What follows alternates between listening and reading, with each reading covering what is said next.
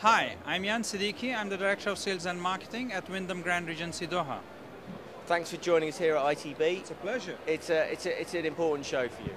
Absolutely, yes. This is something must be there and you can't miss it, especially for our market and with Doha, the way it is booming and the future plans, definitely we want to be there. And it's the first year at ITB that Wyndham Grand has taken on the Regency. Absolutely, you're very right. The Wyndham Grand Regency had been taken over. It was converted from a Grand Regency to Wyndham, and Wyndham taken over last April in 2011. So from that aspect, yes, this is our first year in ITB as a Wyndham Grand Regency. Now it's the flagship property of the Regency Group in Qatar, and also it's the flagship property of Wyndham Grand in the region.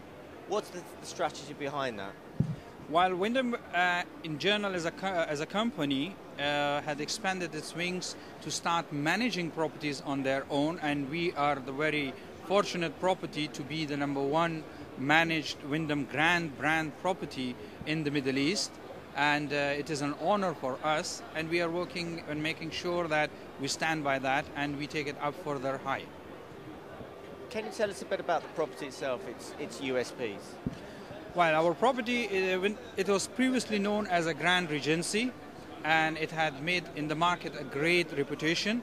And Wyndham, by coming in and putting the flagship on top of it, it is, I will put it in very simple words, it's a luxury and personalized service and proven records. That is something what we are very much proud of it, and we are taking it up to the next level with the same strategy.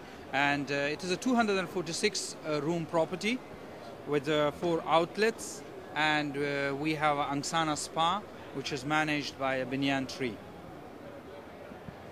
Now everyone's talking about 2022 with the World Cup. It's 10 years ahead, but in that time, do you have any particular plans in order to capture all the momentum and all the publicity that will accompany the tournament?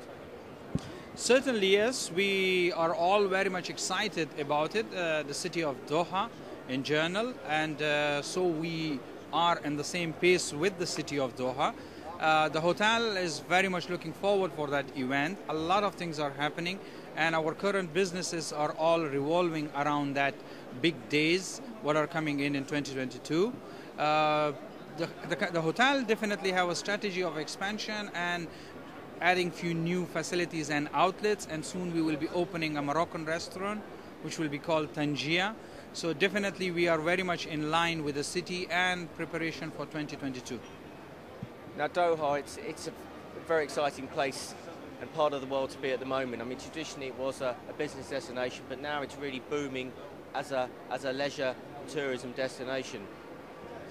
Very much right, and the tourism part is very much important for the city to boom on it, and sports business is one of the key thing, and that is something what Doha had taken over and is working on it to be a key destination in this region for all kind of sports, and they do have all sort of facilities around and the offerings for anyone from any part of the world to be offered.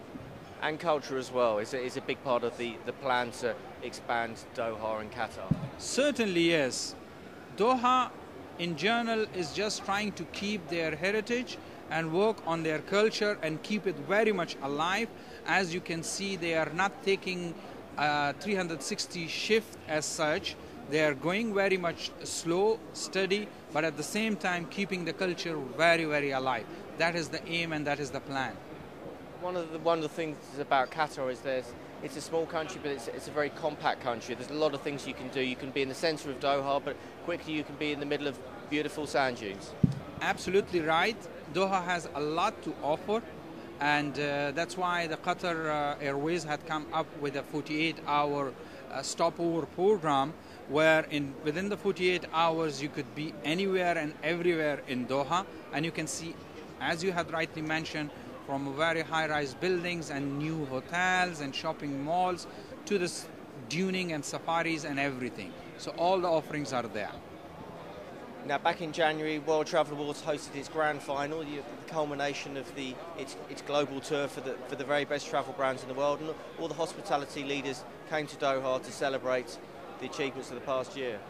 Yes, that's very right, and it was a fantastic event, and it was a lovely evening to be there and then to be in Doha as such. And I'm sure there are much more to come in the near future. And it was a great evening which was put all together from the World Travel Award as such. And perhaps personally I would like to comment, Doha needs much more events such as this one. Okay, well thank you very much, Jan, for joining us here at ITB on Breaking Travel News. Thank you. Thank you very much for passing by, and hopefully to see you in Doha.